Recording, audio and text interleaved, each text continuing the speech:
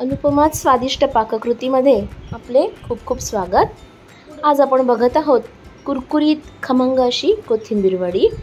त्यासाठी स्वच्छ कोवळी अशी कोथिंबीर घ्यायची आहे, ती स्वच्छ निवडून घ्यायची आहे। स्वच्छ धुवून बारीक चिरून एक मोठी वाटी भरून कोथिंबीर घेतलेली आहे।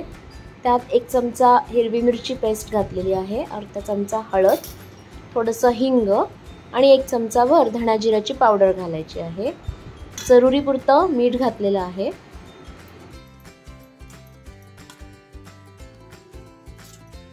हे सगळं मिक्स करून घ्यायचं आहे।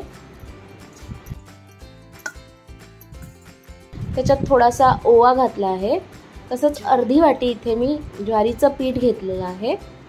ज्वारीचं पीठ घातल्यामुळे कोथिंबीर वडी कमी तेल शोषते आणि त्यामुळे हेल्दी अशी कोथिंबीर वडी तयार होते। नाहीतर मग कधी-कधी या वड्या तेलकट होतात।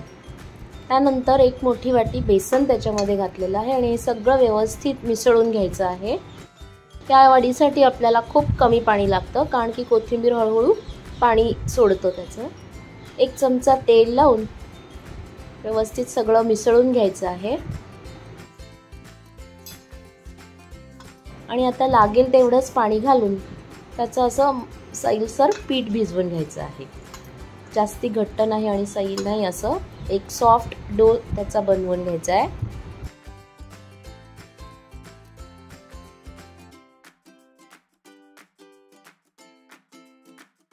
आता शेवटी आपण याच्यात 1 चमचा तीळ घालत आहोत। तीळ पण छान लागतात ह्याच्यात, तळल्यानंतर क्रिस्पी आणि दिसायलाही सुंदर दिसतं। आणि याचे आता छोटे आपण रोल बनवूया।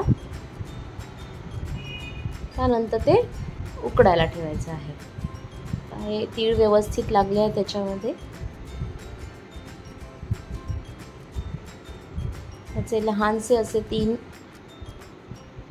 लांबट रोल बनवून घेते मी आणि एकीकडे आपण पाणी उकळायला ठेवायचं आहे। हे रोल त्याच्यात 10 मिनिटासाठी उकडून घ्यायचे आहेत।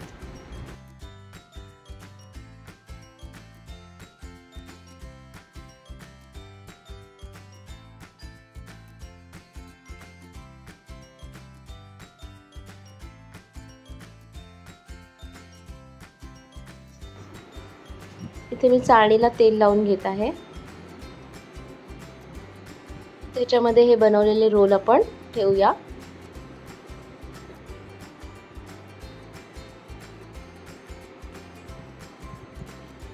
चाळणीवर झाकण ठेवून एक 10 मिनिटासाठी हे रोल उकडून घ्यायचे आहेत।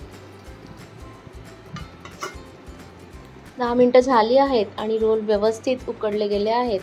हे सुरीने चेक करून बघायचं, म्हणजे आतपर्यंत शिजले। जास्ती पण मोठे रोल बनवायचे नाही, नाहीतर मध्यभागी कच्चं राहू शकतं।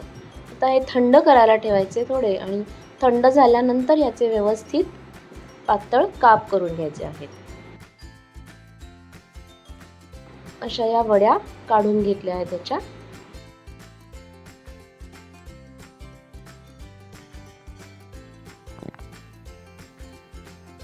आता मध्यम आचेवर ह्या तळून घ्यायच्या आहेत।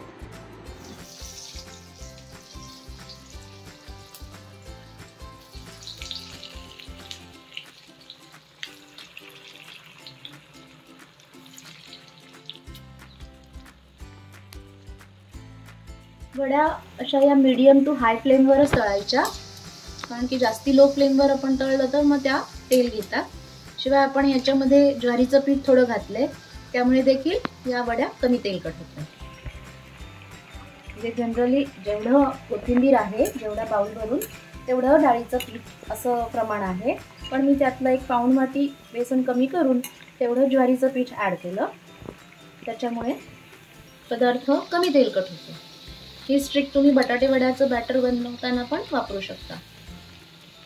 तांदळाचं पीठ किंवा ज्वारीचं पीठ थोडं घातलं की पदार्थ कुरकुरीत पण होतो आणि लेस ऑइल कंझ्युम करतो। फ्लेम मीडियम टू हाय असल्यामुळे सतत जरा हलवत राहायचं, म्हणजे करपणार नाही।